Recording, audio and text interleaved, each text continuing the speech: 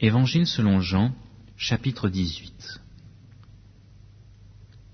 Après avoir dit cela, Jésus sortit avec ses disciples pour aller de l'autre côté du ravin du Cédron, où se trouvait un jardin dans lequel il entra, lui et ses disciples. Judas, qui le livrait, connaissait l'endroit parce que Jésus et ses disciples s'y étaient souvent réunis. Judas prit donc la cohorte et des gardes envoyés par les principaux sacrificateurs et par les pharisiens, et s'y rendit avec des torches, des lanternes et des armes.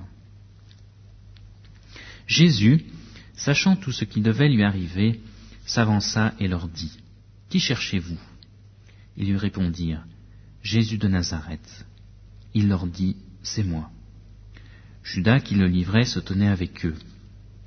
Lorsque Jésus leur eut dit : « C'est moi », ils reculèrent et tombèrent par terre. Il leur demanda de nouveau : « Qui cherchez-vous » Et ils dirent : « Jésus de Nazareth. » Jésus répondit : « Je vous ai dit que c'est moi.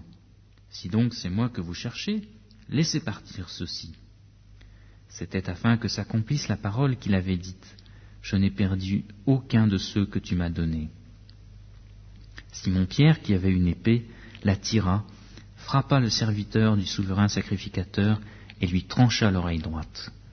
Le nom du serviteur était Malchus. Jésus dit à Pierre : « Remets ton épée au fourreau. Ne boirai-je pas la coupe que le Père m'a donnée ?»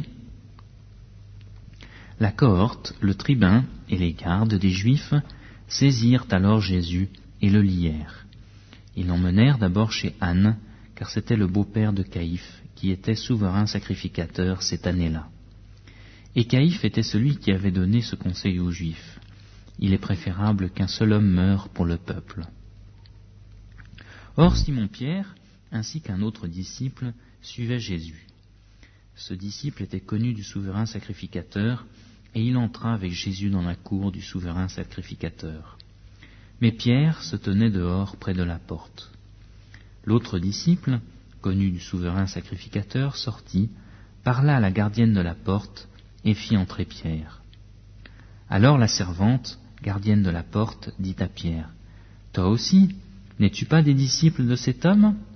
Il dit : « Je n'en suis pas. » Les serviteurs et les gardes se tenaient là, après avoir allumé un brasier, car il faisait froid et ils se chauffaient. Pierre aussi se tenait avec eux et se chauffait. Le souverain sacrificateur interrogea Jésus sur ses disciples et sur son enseignement. Jésus lui répondit : « J'ai parlé ouvertement au monde. J'ai toujours enseigné dans la synagogue et dans le temple, où tous les Juifs s'assemblent, et je n'ai pas parlé de rien en secret. Pourquoi m'interroges-tu ? Demande à ceux qui m'ont entendu de quoi je leur ai parlé. Voici qu'ils savent, eux, ce que moi j'ai dit. » À ces mots, un des gardes qui se trouvait là donna une gifle à Jésus en disant : « Est-ce ainsi que tu réponds au souverain sacrificateur ?» Jésus lui répondit : « Si j'ai mal parlé, prouve ce qu'il y a de mal. Et si j'ai bien parlé, pourquoi me frappes-tu » Alors Anne l'envoya lié à Caïphe, le souverain sacrificateur. Simon-Pierre se tenait là et se chauffait. On lui dit : « Toi aussi, n'es-tu pas de ses disciples ?» Il le nia et dit : « Je n'en suis pas. » Un des serviteurs du souverain sacrificateur, parent de celui à qui Pierre avait tranché l'oreille, dit : « Ne t'ai-je pas vu avec lui dans le jardin ?» Pierre le nia de nouveau, et aussitôt un coq chanta.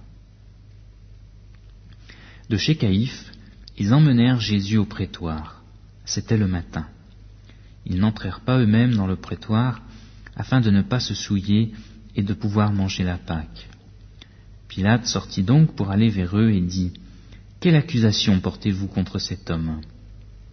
Ils lui répondirent : « Si ce n'était pas un malfaiteur, nous ne te l'aurions pas livré. » Sur quoi Pilate leur dit : « Prenez-le vous-même et jugez-le selon votre loi. » Les Juifs lui dirent : « Il ne nous est pas permis de mettre quelqu'un à mort. » C'était afin que s'accomplisse la parole que Jésus avait dite, pour indiquer de quelle mort il devait mourir. Pilate rentra dans le prétoire, appela Jésus et lui dit : Es-tu le roi des Juifs ?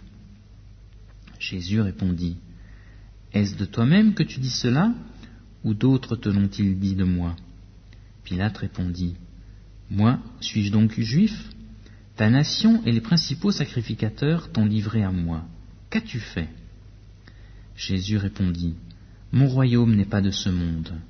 Si mon royaume était de ce monde, mes serviteurs auraient combattu pour moi, afin que je ne sois pas livré aux Juifs. Mais maintenant mon royaume n'est pas d'ici-bas. Pilate lui dit, Tu es donc roi ? Jésus répondit, Tu le dis, je suis roi. Voici pourquoi je suis né, et voici pourquoi je suis venu dans le monde, pour rendre témoignage à la vérité. Quiconque est de la vérité écoute ma voix. Pilate lui dit, Qu'est-ce que la vérité ? Après avoir dit cela, il sortit de nouveau pour aller vers les Juifs et leur dit, Moi, je ne trouve aucun motif de condamnation en lui. Mais c'est parmi vous une coutume que je relâche quelqu'un à la fête de Pâques. Voulez-vous que je vous relâche le roi des Juifs ? Alors de nouveau ils crièrent, Non, pas lui, mais Barabbas. Or Barabbas était un brigand. Évangile selon Jean, chapitre 19. Alors Pilate fit prendre et flageller Jésus. Les soldats tressèrent une couronne d'épines qu'ils mirent sur sa tête et le revêtirent d'un manteau de pourpre. Puis ils s'approchaient de lui et disaient, Salut, roi des Juifs, et ils lui donnaient des gifles. Pilate sortit de nouveau et dit aux Juifs, Voici, je vous l'amène dehors, afin que vous sachiez que je ne trouve aucun motif de condamnation en lui. Jésus sortit donc, portant la couronne d'épines et le manteau de pourpre. Et Pilate leur dit, Voici l'homme. Lorsque les principaux sacrificateurs et les gardes le virent, ils crièrent, Crucifie-le, crucifie-le. Pilate leur dit, Prenez-le vous-même et crucifiez-le, car moi, je ne trouve pas de motif de condamnation en lui. Les Juifs lui répondirent, Nous avons une loi, et selon la loi, il doit mourir, parce qu'il s'est fait fils de Dieu. Quand Pilate entendit cette parole, sa crainte augmenta. Il rentra dans le prétoire et dit à Jésus, D'où es-tu ? Mais Jésus ne lui donna pas de réponse. Pilate lui dit alors, À moi tu ne parles pas ? Ne sais-tu pas que j'ai le pouvoir de te relâcher et que j'ai le pouvoir de te crucifier ? Jésus répondit, Tu n'aurais sur moi aucun pouvoir s'il ne t'avait été donné d'en haut. C'est pourquoi celui qui me livre à toi est coupable d'un plus grand péché. Dès ce moment, Pilate cherchait à le relâcher. Mais les Juifs crièrent, Si tu le relâches, tu n'es pas ami de César. Quiconque se fait roi se déclare contre César. Pilate, après avoir entendu ces paroles, amena Jésus dehors et s'assit au tribunal, au lieu dit le pavé, et en hébreu Gabata. C'était la préparation de la Pâque, et environ la 6e heure. Il dit aux Juifs, Voici votre roi. Mais ils s'écrièrent, À mort, crucifie-le. Pilate leur dit, Crucifierai-je votre roi ? Les principaux sacrificateurs répondirent, Nous n'avons de roi que César. Alors il le leur livra pour être crucifié. Ils prirent donc Jésus et l'emmenèrent. Jésus, portant sa croix, sortit de la ville vers le lieu appelé le crâne, qui se dit en hébreu Golgotha. C'est là qu'ils le crucifièrent, et avec lui 2 autres, un de chaque côté et Jésus au milieu. Pilate fit aussi un écriteau qu'il plaça sur la croix. Il y était inscrit « Jésus de Nazareth, le roi des Juifs ». Beaucoup de Juifs lurent cet écriteau parce que l'endroit où Jésus fut crucifié était près de la ville. L'inscription était en hébreu, en latin et en grec. Les principaux sacrificateurs des Juifs dirent à Pilate, « N'écris pas le roi des Juifs, mais il a dit « Je suis le roi des Juifs ». Pilate répondit, « Ce que j'ai écrit est écrit ».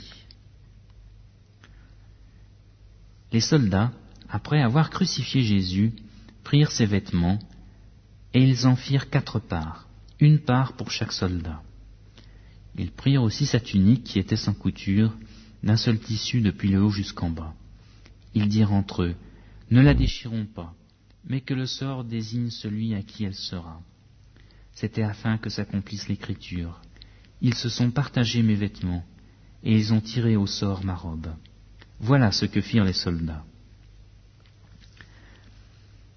Près de la croix de Jésus se tenaient sa mère et la sœur de sa mère, Marie, femme de Clopas, et Marie-Madeleine. Jésus, voyant sa mère et debout auprès d'elle le disciple qu'il aimait, dit à sa mère, « Femme, voici ton fils. » Puis il dit au disciple, « Voici ta mère. » Et dès cette heure-là, le disciple la prit chez lui. Après cela, Jésus, qui savait que tout était achevé, dit afin que l'Écriture soit accomplie, « J'ai soif. » Il y avait là un vase plein de vinaigre. On fixa à une tige d'hysope une éponge imbibée de vinaigre, et l'on approcha de sa bouche. Quand il eut pris le vinaigre, Jésus dit, « Tout est accompli. » Puis il baissa la tête et rendit l'esprit. C'était le jour de la préparation, et pour ne pas laisser les corps en croix pendant le sabbat, or ce sabbat était un grand jour, les Juifs demandaient à Pilate de les faire enlever après leur avoir brisé les jambes. Les soldats vinrent donc et brisèrent les jambes du premier, puis de l'autre qui avait été crucifié avec lui. Arrivés à Jésus, et le voyant déjà mort, ils ne lui brisèrent pas les jambes. Mais un des soldats lui perça le côté avec une lance, et aussitôt il sortit de l'eau et du sang. Celui qui l'a vu en a rendu témoignage, et son témoignage est vrai. Et lui, il sait qu'il dit vrai, afin que vous croyiez, vous aussi. Cela est arrivé pour que l'Écriture soit accomplie. Aucun des os ne sera brisé. Et d'ailleurs, l'Écriture dit encore, « Et regarderont à celui qu'ils ont percé. » Après cela, Joseph d'Arimathée, qui était disciple de Jésus, mais en secret par crainte des Juifs, demanda à Pilate la permission d'enlever le corps de Jésus. Et Pilate le permit. Il vint donc et enleva le corps. Nicodème, qui auparavant était allé de nuit vers Jésus, vint aussi et apporta un mélange d'environ 100 livres de myrrhe et d'aloès. Ils prirent donc le corps de Jésus et l'enveloppèrent de bandelettes, avec les aromates, comme c'était la coutume d'ensevelir chez les Juifs. Or, il y avait un jardin à l'endroit où il avait été crucifié, et dans le jardin, un tombeau neuf où personne encore n'avait été déposé. Ce fut là qu'ils déposèrent Jésus à cause de la préparation des Juifs, parce que le tombeau était proche.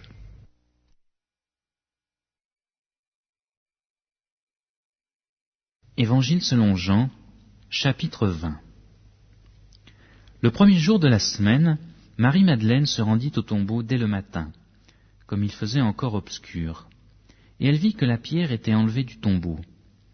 Elle courut trouver Simon-Pierre et l'autre disciple que Jésus aimait, et leur dit, « On a enlevé du tombeau le Seigneur, et nous ne savons pas où on l'a mis. » Pierre et l'autre disciple sortirent pour aller au tombeau. Ils couraient tous deux ensemble. Mais l'autre disciple courut plus vite que Pierre et arriva le premier au tombeau. Il se baissa, vit les bandelettes qui étaient là, et pourtant il n'entra pas. Simon-Pierre qui le suivait arriva. Il entra dans le tombeau, aperçut les bandelettes qui étaient là, et le linge qu'on avait mis sur la tête de Jésus, non pas avec les bandelettes, mais roulé à une place à part. Alors l'autre disciple, qui était arrivé le premier au tombeau, entra aussi. Il vit et il crut. Car il n'avait encore pas compris l'Écriture, selon laquelle Jésus devait ressusciter d'entre les morts. Et les disciples s'en retournèrent chez eux. Cependant, Marie se tenait au dehors, près du tombeau, et pleurait. Comme elle pleurait, elle se baissa pour regarder dans le tombeau, et vit 2 anges vêtus de blanc, assis à la place où avait été couché le corps de Jésus, l'un à la tête, l'autre aux pieds.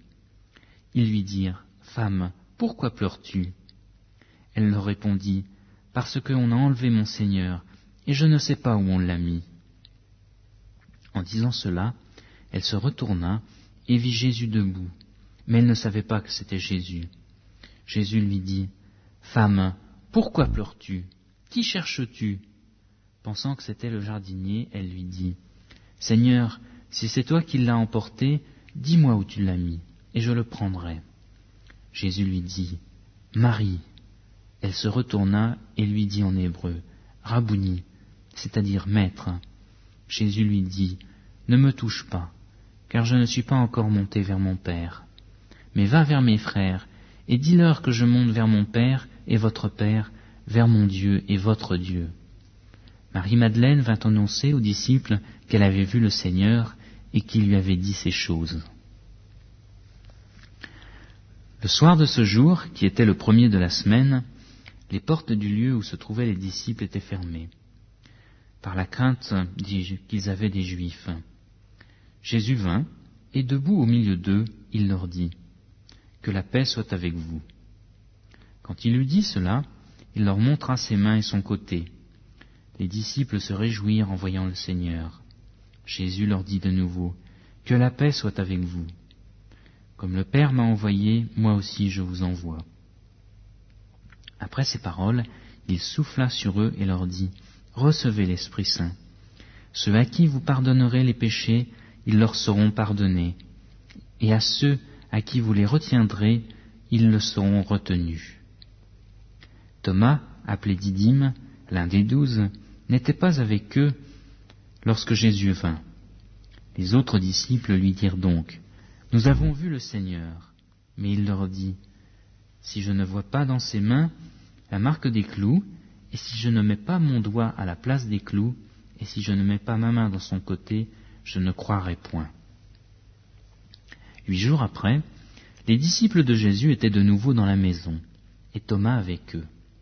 Jésus vint, les portes étant fermées, et debout au milieu d'eux, il leur dit, « Que la paix soit avec vous. » Puis il dit à Thomas, « Avance ici ton doigt, regarde mes mains, avance aussi ta main, et mets-la dans mon côté, et ne sois pas incrédule, mais crois. » Thomas lui répondit, « Mon Seigneur et mon Dieu. » Jésus lui dit, « Parce que tu m'as vu, tu as cru.